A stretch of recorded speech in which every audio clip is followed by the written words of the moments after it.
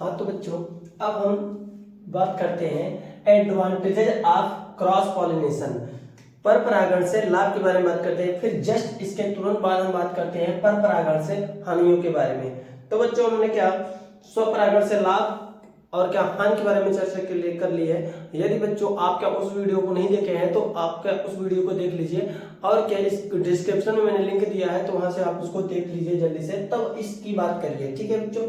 क्योंकि अगर स्वपरागण से लाभ और हानि के बारे में आप पढ़े हैं तो उसके पीछे को वीडियो जरूर आप देखेंगे बच्चे। अगर क्या आप सीरियल से वीडियो देखते हैं तो जो आपको सारी चीजें क्या समझ में आती चली जाएंगी, नहीं तो बच्चों क्या आपको समझने में थोड़ा सा असुविधा होगी।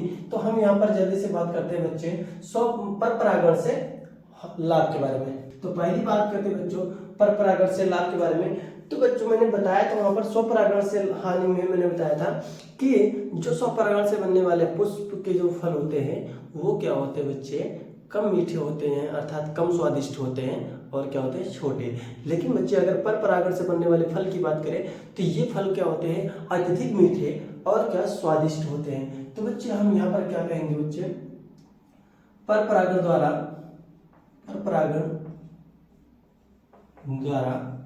बनने वाले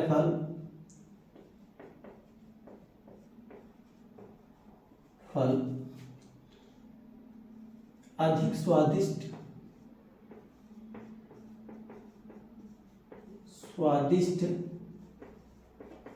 होते हैं, ठीक है बच्चों। दूसरी बात करते हैं बच्चे, इनमें बीजों की संख्या अधिक बनती है। इनमें बीजों की संख्या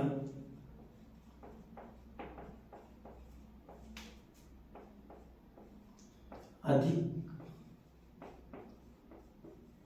बनती है। और दूसरी बात क्या बच्चों, इसमें पीढ़ी दर पीढ़ी जो होता है नए लक्षणों की उत्पत्ति होती है। सबसे इंपॉर्टेंट चीज यही होती है कि बच्चों इसमें पीढ़ी दर पीढ़ी नए लक्षणों की उत्पत्ति होती है। तो बच्चों यहाँ पर हम क्या कहेंगे, पीढ़ी दर पीढ़ी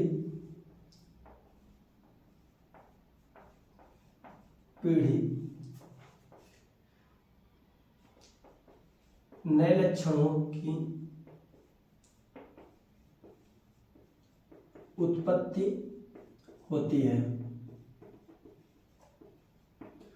तो अच्छा, यहाँ पर क्या पीढ़ी दर पीढ़ी नए लक्षणों की उत्पत्ति हो रही है, तो जाहिर सी बात है बच्चों कि नई जातियों की भी उत्पत्ति होगी, ठीक है। अर्थात के बच्चे हम यहाँ पर कहेंगे इनके जो बीज होते हैं अत्यधिक गुणवत्ताशील होते जाते हैं, अर्थात के जितनी भी नई वैरायटी भी बनते हैं बच्चे वो क्या इनसे बनती हैं, ठीक है। तो नई नई जातियों की उत्पत्ति होती है बच्चे जब क्या क्रॉस पॉलिनेशन होता है तो, ठीक है। अगर क्या क्रॉस पॉलिनेशन हो रहा है तो बच्चे वहां पर जो क्या हानिकारक जो लक्षण होते हैं तो हम उसको आसानी से पहचान सकते हैं, क्योंकि वो पिछली पीढ़ी में नहीं थे तो नई पीढ़ी में कैसे आए और किससे पॉलिनेशन हुआ तो कैसे आए, तो हम इसकी आसानी से पहचान कर सकते हैं। तो हम अगर पहचान कर सकते हैं तो बच्चों हम क्या उसको ठीक भी कर सकते हैं। तो हम यहाँ पर जो कहना चाहते हैं कि बच्चों जो इनमें होने वाली बीमारियां हैं हम उनसे इनको क्या बचा सकते हैं, उन बीमारियों को अलग कर सकते हैं, उनकी पहचान कर सकते हैं। क्रॉस पॉलिनेशन वाले बनने वाले जो पादप है तो बच्चे इनमें क्या होता है, रोग प्रतिरोधक क्षमता होती है, अर्थात क्या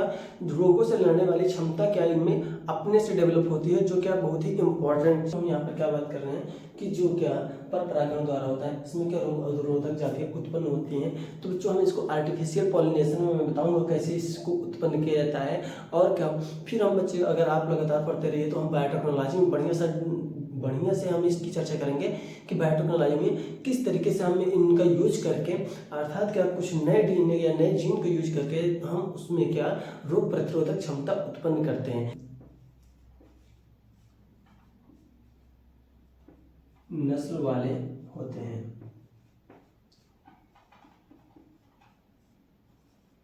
तो जो इनके बीज बनते हैं वो क्या स्वच्छ और अच्छी नस्ल वाले होते हैं। तो बच्चों अब क्या इतनी सारी बातें हो गई, तो अब हम जल्दी से क्या इसके डिसएडवांटेजेस के बारे में बात करते हैं। तो डिसएडवांटेजेस के बारे में अर्थात हानि के बारे में बात करने से पहले एक बार फिर से हम इसको रिवीजन कर देते हैं। तो बच्चे पर परागण द्वारा बनने वाले जो फल होते हैं वो अत्यधिक स्वादिष्ट होते हैं, और क्या बच्चे जो ये फल बनने वाले हैं ये अत्यधिक स्वादिष्ट होते हैं। दूसरी बात क्या इनमें बीज जो होते हैं बच्चे उनके आकार बड़े होता है। इस विधि द्वारा क्या होता है बच्चों, अत्यधिक मात्रा में बीज का निर्माण होता है। अब हम बात करते हैं इनमें बीज की संख्या क्या होती है, अधिक होती है। तो इसकी बात मैंने अभी की कि इनमें बीजों की संख्या क्या होती है, अधिक। पीढ़ी दर पीढ़ी नए लक्षणों की उत्पत्ति होती है। तो बच्चे ये बहुत ही इंपॉर्टेंट चीज़ है कि इसमें पीढ़ी दर पीढ़ी नए लक्षण की उत्पत्ति होती है। जैसे मनुष्य में क्या होता है, रिंगजन होता है, तो उसमें जो जितनी भी संतानें होती हैं वो क्या बच्चे बिल्कुल क्या अपने मम्मी पापा के सेम नहीं होती है, उसमें कुछ ना कुछ नए लक्षण उत्पत्ति होते हैं। तो वो चीज़ें क्या बहुत ही इंपॉर्टेंट, बहुत ही क्या बच्चे उनको एक विशिष्ट बनाती हैं, एक उनको अलग लक्षण को उत्पन्न करके उनको अपने जनक से क्या होता है थोड़ा सा अलग बनाते हैं, जो कि बहुत ही इंपॉर्टेंट चीज़ है। ठीक है बच्चों, अब हम बात करते हैं पीढ़ी दर पीढ़ी नए लक्षणों की उत्पत्ति होती है। फिर इनमें पादपों के हानिकारक गुणों को अलग किया जा सकता है। बहुत आसान है बच्चों, अगर कोई ऐसा गुण है जो कि उसमें हानि पहुंचा रहा है तो हम उसको आसानी से पहचान करके डिटेक्ट करके, अगर हम कोई चीज़ डिटेक्ट कर लेते हैं तो बच्चे जाहिर सी बात है हम उसको रिमूव कर सकते हैं। तो ये चीज़ें हो जाती हैं। दूसरी बात क्या बच्चे, फिर पर परागण द्वारा रोग अवरोधक जातियां उत्पन्न की जा सकती हैं। तो रोग अवरोधक जातियां मतलब क्या होता है बच्चे कि कुछ ऐसे पादप क्या डेवलप किए जा सकते हैं जिससे क्या उनमें रोगों से लड़ने की क्षमता होती है,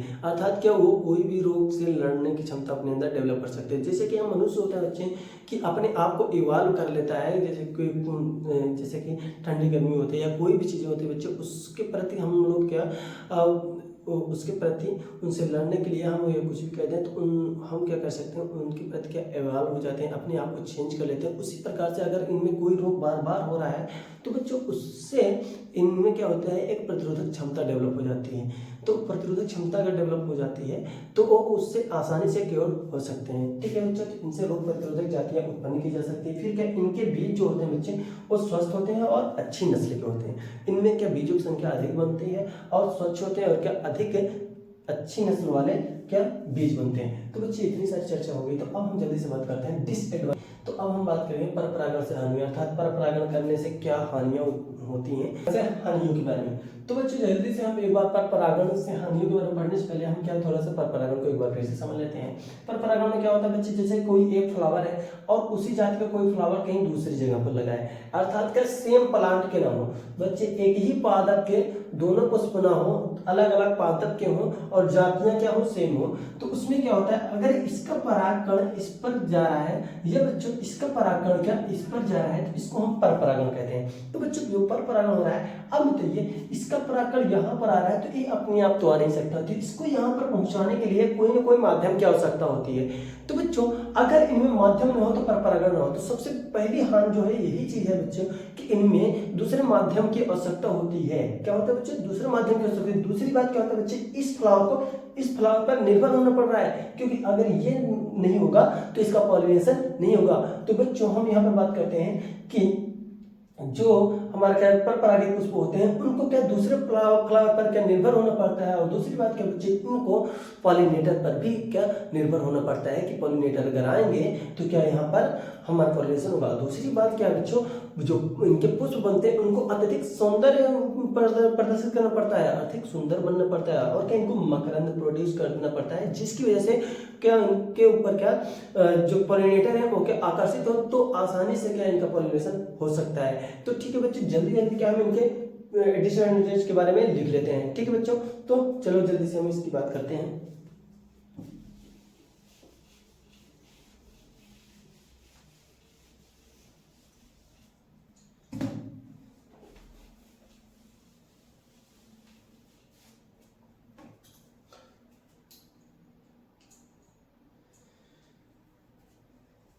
देखो तो बच्चों इस क्रिया में